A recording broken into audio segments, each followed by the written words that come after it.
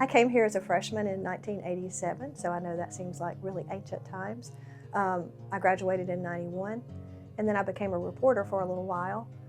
Came back and worked on my master's, taught for a little while, left and went to Southern Miss, and then came back for good at that time once I completed my doctorate. I've been on the faculty for, this is my 33rd year. Here at this campus, we have a figure named Julia Tutwiler, who was the first president. I don't think anybody would dispute that she was a trailblazer in some ways, but you know, whether you agree or disagree with some of the things that she did during that time, it strikes me sometimes when I go back and read about her or read what other people say about her. And I think sometimes that's the most telling thing, are the letters written between students who are commenting on the role that she played in their life, because sometimes you don't realize the impact you're having on somebody's life until later on they tell you that. And so I think part of it is, you know, while we are intentional about some of our actions, realizing that at all times we are having an impact on people's lives.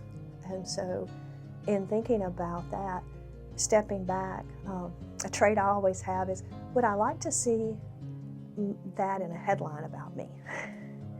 And I know that's kind of a silly thing to do, but you know, if that's not something I would want publicized or in a headline about me, then I probably shouldn't do it. You know, sometimes when people, you know, put that title of leader, it sometimes is uncomfortable in that you may not really picture yourself in that way. It's just you doing a job and it is a position that you hold. However, you know, when I think about that, looking back, it's a series of opportunities and choices that you make that, you know, yes, I accepted this position, or no, I turned, you know, something down.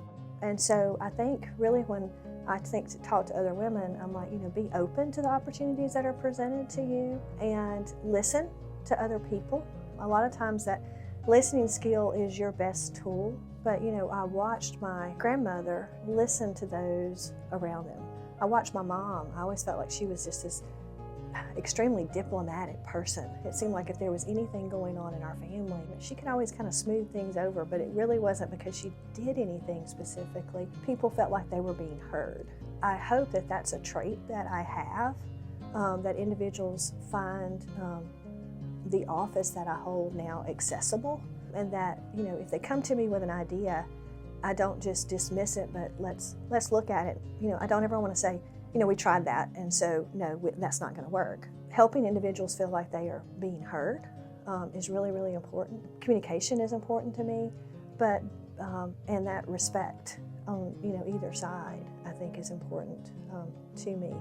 The person sitting across from you has value. I want them to know that. One of the things I really want to emphasize is that we have to be careful in our lives. So many people label us in different ways, and it's very easy sometimes to become the job or feel like your identity is tied to a certain thing that you have accomplished. But none of us accomplish anything by ourselves. And so, you know, to actually take ownership of that and say, you know, I achieved so-and-so, being able to recognize all the things that other people maybe sacrificed or did to help you achieve those things. I have all these, you know, titles. You can call me what you are, but at the end of the day, what comes down to it is I'm a female, I'm a person. My roles and my job don't actually define me. The way I act actually does that sometimes. And I think, you know, that's really kind of what, you know, think about your interactions with people at the end of the day, because a lot of times that's what people remember. They may not remember a job title.